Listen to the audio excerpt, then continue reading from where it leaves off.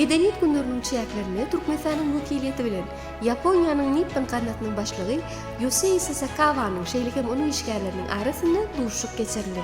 Duşun marşını özara vekiliyetli hizmetdaşlık doğrusunda gurrun edildi. Nippon kanatının başlığı öz avtorluğuna kitabı Türkmen vekiliyetine soğuk etti. Türkmen vekiliyeti hem kahraman arkadağımızın Japon diline tercüme edilen Ömrümün Manısının Doğamı tatlı acayip kitabının Türkmen dilindeki neşrini soğuk etti. Bu duşuk diýsen tesirli geçti.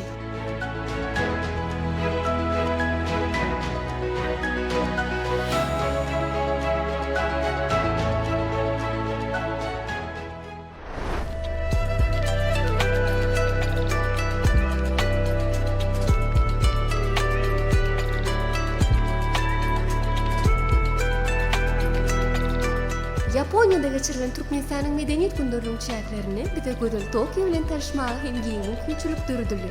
Akıllar şahilmin maltım olup rağıyının. Feyle deliğin bu cahanna neler görünür deyişiyali. Feyle deliğin biz Tokyo'da neler görünür.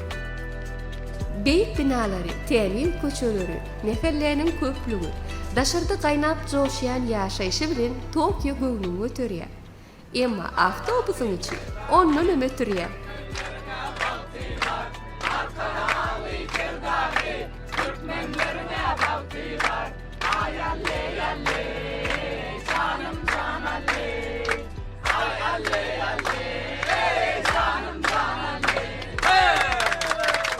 Nehman iyileşir, ine ingrid kararlı.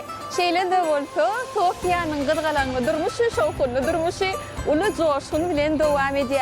Ine bizim özümüzün dörücülükte kormaz bilen bugün Tokyo'nun güzel yerlerini, köçelerini aylanıp yörkek, elbette bir dükkanı da soğulalıydık. Anan üç dükkanı soğulayalım mı?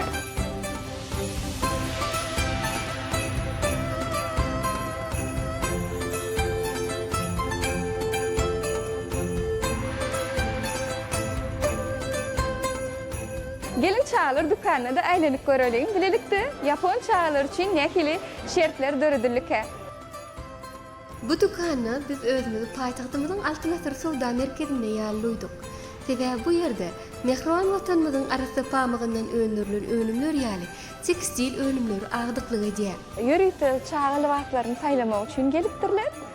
Esasanın Japon yaşayıcıları, daş keşiflerinden beridenimizi Gıycaş, ayratin hövüstülün lavası sıyındaya meğerim. Goğunu giden olsa gerek şu lavası almalı.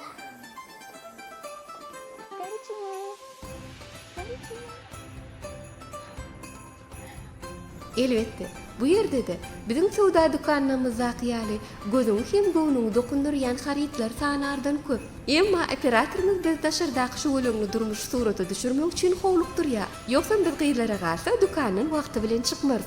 Ýoksa da bilegelli Japonlar wagt bu pullar diýär. Şonuň üçin janipkeş hem jepakeş Japon halky wagty ören aýuly çemeleşýär. Bizim wagtymyzda aýawlap, aýlanyp köçä gelip getdik.